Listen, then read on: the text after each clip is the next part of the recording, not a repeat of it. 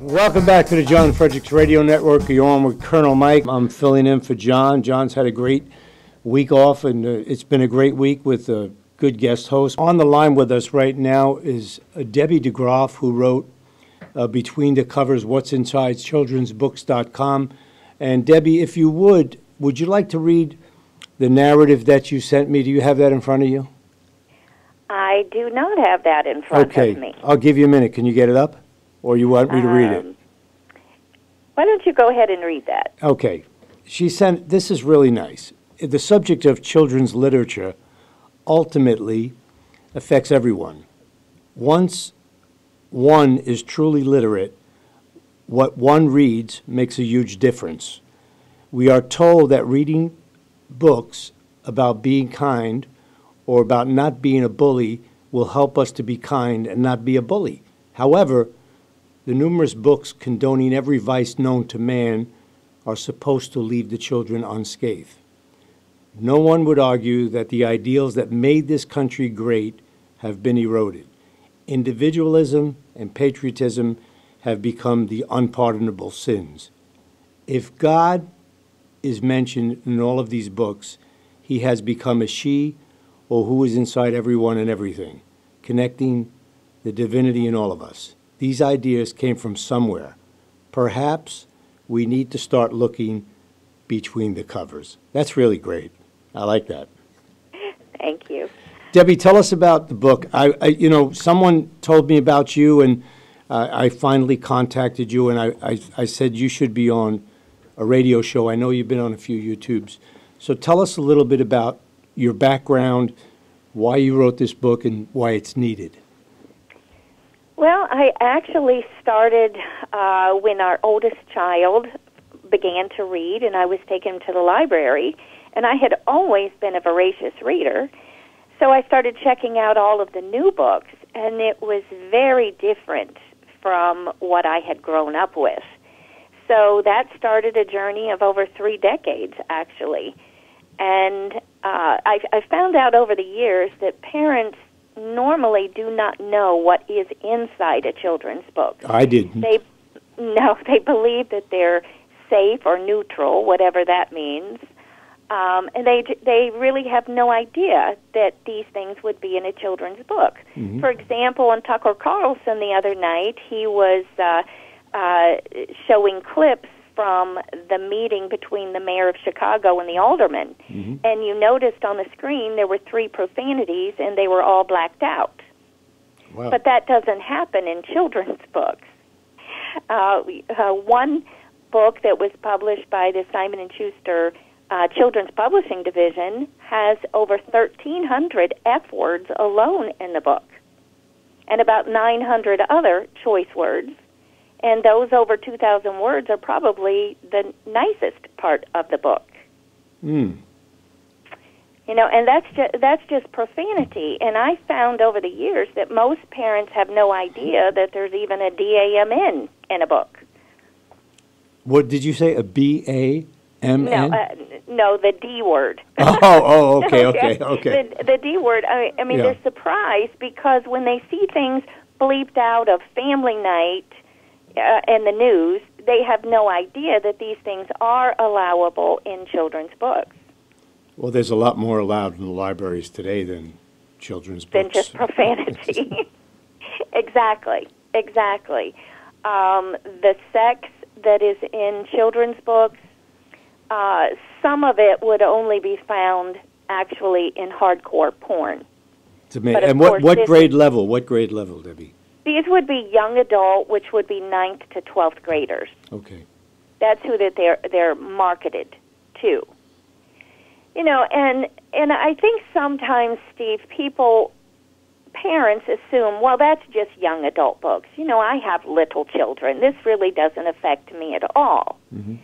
But the books for preschoolers, I just did a article on my website, which is what'sinsidechildrensbooks.com, and I showed 45 books that start with preschoolers, and I link each one of them, or hyperlink, where you can just push on it, and you can listen to the book being read on YouTube and look at the pictures.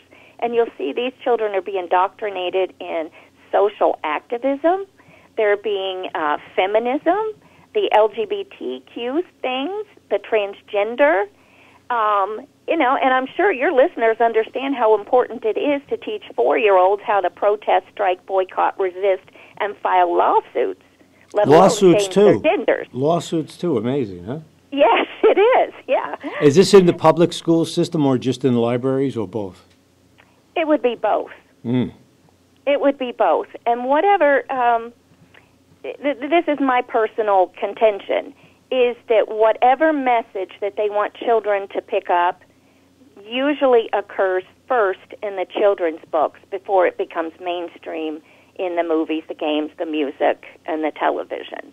Mm-hmm. How many books did you review? I'm just curious. Over the years, how many books have you reviewed?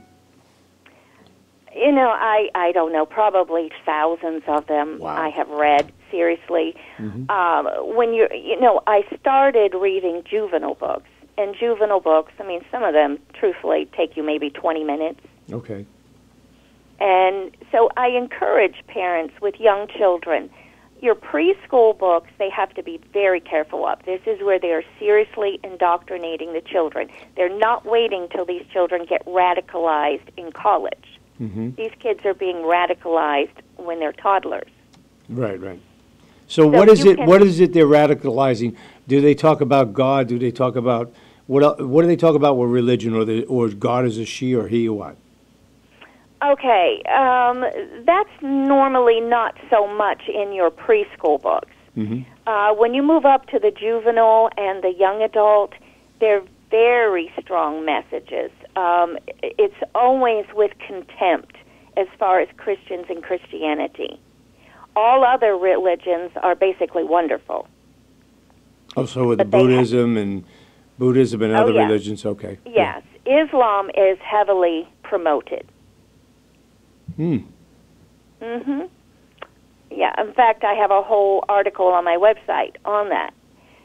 But when you talk about, there's one book that I quote a lot from, and it was by Elsie Vanderbilt Adenoff, and it's called The Garden. And there's only 4 characters in the book: Adam, Eve, the serpent, and God. Mm-hmm. And you'll find in that book that God is so wicked and terrible. And, of course, the serpent is the wise one, and, he's Eve's mentor. And, it's just incredible. If you said those same things about Muhammad, or about anybody else for that matter, right? Yeah, it would not fly. It would not fly. But with Christianity, it's open game. So why is it open game, Debbie? Is it because the church has failed? Why is it open game? Because the people within the public school system or libraries are not Christians? What is it? Well, okay. I think I can answer that. Parents have to make zillions of decisions on their children from the time they discover that they're pregnant. You pick a gynecologist, you pick a pediatrician, or you get a breastfeed, or you get a bottle feed.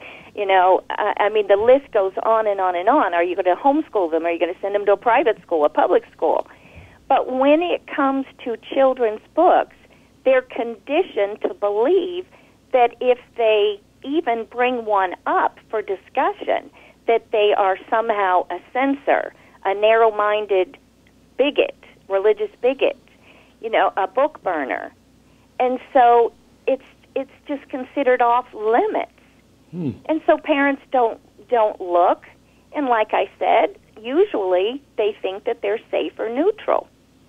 So you've got those two criteria in there that are making it where parents do not look, and if they do, they're not going to stand up and talk about it because they know what happens to people who do. Do the churches talk about your book? No. Why is that? When I used to do a lot of presentations in churches over 30 years ago, and it was acceptable then. Mm-hmm. But when you talk about children's literature, it's not pretty. And, churches technically, they do not want those kind of discussions in their walls, I guess. And another thing is, as soon as you learn about this issue, then you're accountable. See, if your child brings home a book and you don't know what's in it and you can pretend it's okay, you don't have a responsibility. See, I get you. I get where you're going now. I got it. Yeah, and so it isn't, people will ask me, one of the most frequent questions I get is, do you have a good list? No, I don't make lists. Mm-hmm. It's not just a criteria of whether there's profanity and sex. What about the Marxism? What about the anti-capitalism, the anti-Christianity, the violence, the occultism? Hold that thought a minute. I just want to give it a time. It's 7:19. You're on with Debbie DeGroff. I'm Colonel Mike filling in for John Fredericks on the John Fredericks Radio Network. Go ahead, Debbie. Okay. I would like to read an excerpt from a book I just read. It's called Declare Yourself, Speak, Connect, Act, and Vote. And Norman Lear was pretty much behind this. And there's quite over 50, basically, celebrities that write articles about voting. Well, one of the articles was written by a member of a Maroon 5 band. Yes, now, popular band, right? I wouldn't know. I had to look it up. Mm-hmm. Okay. But in this article, I'm going to read one paragraph. Mm-hmm. He says, I forget which member of the band, but he says, capitalism simply does not work, at least not in the best interests of the many.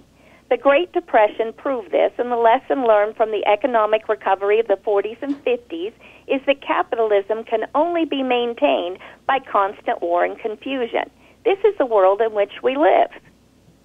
Okay, what does he have to support that there? There's no supporting information, and it begs the question, okay, if capitalism is thrown out, what are we going to replace it with? Well, I have a question. Mm-hmm. What does he do with all his capitalist money he earns? Yeah. I mean, these are good points. But you see, you are thinking as an adult. Mm-hmm. These books are written for children. Right. And we have a tendency when we read the book, we fill in blanks of things we already understand and know as adults. But we tend to forget these children do not know. They don't know history. Correct. They don't know economics. They don't know geography. But they go to a rock band or, let's say, a pop band or whatever type of band. I know Maroon. I just know the name is. I don't listen to their music. It's not that I don't like their music. I just don't zero in on it. But they're a popular band. But they're going to believe that because these kids are. I don't know if you have satellite radio, but they have a kids Disney channel. They have a kids bop channel, which are basically pop songs with kids singing them. And some of these songs shouldn't be sung. Right, because we don't listen to what those words say. Mm-hmm. And so all I tried to do with my book was I tried to lay out a different theme on every chapter so it would equip parents to better understand what they needed to look for. Give us where to look it up again on the... We just go to the website, What's in Children's Book? Yeah, you just go to the website, and the hard copy of my book is only available on my website. I do have a Kindle edition, but I basically, it's harder to read the Kindle edition because my book is an oversized book. It's 8.5 by 11. Mm-hmm. The Kindle edition I put up because there were many international orders, and it was costing at the time over $17 just to ship the book to Canada. Wow. Yeah. And that's right across the border. Yeah, it was $17.25 at the time, and I think maybe the rates have gone up a little bit. Cheaper to just send somebody up on a bus with a shopping bag full and go across the border. But it's What's in Children's Books. It's plural. What's inside children's books, plural.com, correct? Yes, and there's no apostrophes, and it's all lowercase.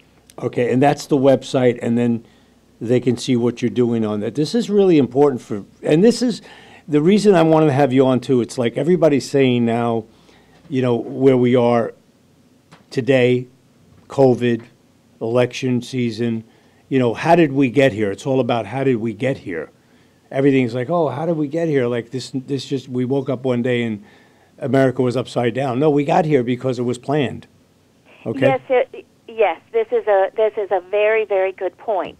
And one of the things that I would like parents to examine when they're going through some of these books, look at the date the book was published. Mm-hmm. You know, you're going to find that some of these were published 20 years ago. I mean, this all started decades and decades ago, but I'm talking about some of the political thought that you're picking up that kids are espousing today. So you'll find that these books were written maybe 20 years ago. These kids grew up. There are leaders today in our communities. Mm-hmm. Yes. You know? And this is like the boomers. Boomers and what's after the boomers? What comes after the boomers? Oh. X? Generation X, right? It's Kiara says Generation X, so it's probably Generation X or somewhere around there. It's the boom. So it's the boomers, and then it was the boomers who were teaching too, right? Right, because everything really changed after the Elementary and Secondary Education Act in the 60s. Then things escalated. Well, I think it was back in the 50s, we were like one of the top 2 or 3 countries in the world for education. And where are we now, 17 or 18? Well, you know, it changed earlier than that. Really? The real changes started in 1900. Oh, okay. You're going, all the way back, right. Yeah, and I do start at 1900s with my book. In Wow. 1930, most of the nation was already subscribing to the word guessing, the sight reading method of teaching reading instruction. And so that involved having a controlled vocabulary because you were learning to recognize word per word. You see, I have probably between 200 and 300 old vintage readers from the 1800s to 1965. And one set of pre-primers, gin ones from the 40s, one of the first words that they had to recognize or memorize, however you want to call it, was airplane. Really? Now, in the third book, they learned to recognize up. Oh. Okay, now that should tell us something. Yeah. But you see, what was happening in the 30s when those books became commonplace in schools in our nation, we were having a Great Depression. Correct. And I can tell you this, that most parents were more concerned about putting food on the table. Yes, I agree with you. Okay, and they never knew that they should be looking. They were into concerned the about, curricula. yes, food on the table, but also that's when the socialists were making great moves. They were making great Right. moves. They were moving around. And I think Milwaukee had like the first socialist mayor during that time, elected in Milwaukee, Wisconsin. Wow. Yeah. Now, let's continue, though. What happened right after the Great Depression? You had What did we FDR. go into? FDR. Yeah, but we went into World War II, Mm-hmm. where the dads, the uncles, and a lot of the moms were at war. Correct. Okay, and then you look at the moms who were at home, often went out and started working for the first time. So when they came home, they still had to do their regular chores, plus possibly their husband's chores. Do you think that after all that, they were looking at the curricula? I doubt it. Okay, but by the 50s, there was an outcry. And that's when Rudolph Flesch came out with his Why Johnny Can't Read. Mm. See, when things settled back down in this country, parents started having a little more time, and they recognized the problem. So what happened after that time then, Debbie? Well, let's just say that, let me see, I started first grade in 65, and my first grade curricula actually said in there, I mean, it was all word guessing, so nothing had changed, and it said flat out in there that they don't teach the vowels and the vowel sounds in first grade because they are generally unnecessary and unreliable. I have the teacher's manuals, so I do quote from that profusely in my book. Debbie, we're coming down to the last minute. This is a great conversation. I'd like to continue it at a further date. Just give us whatever you'd like to say within the last minute. Well, I'd like to reiterate what you said in the opening. This is a problem parents need to look at. They really, really seriously do. This has affected the thinking. When you watch the attitude of the children, the desire for socialism, the anger towards capitalism, the anger towards Christians and Christianity and God, it started somewhere. Now, it's not exclusively the books. You know that the movies, the television, yes. all Media, of those all things the media. reinforce Yes. it too. But parents have to start looking and realizing that they have the rights also to look at their children's books, just like they make decisions for their doctors and for everything else in that child's life. For heaven's sakes, you spend hours deciding on a sippy cup or the right shoes. All right, Debbie, thank you so much for coming on the show. You're with Colonel Thank Mike you on the for- John Fredericks Radio Network.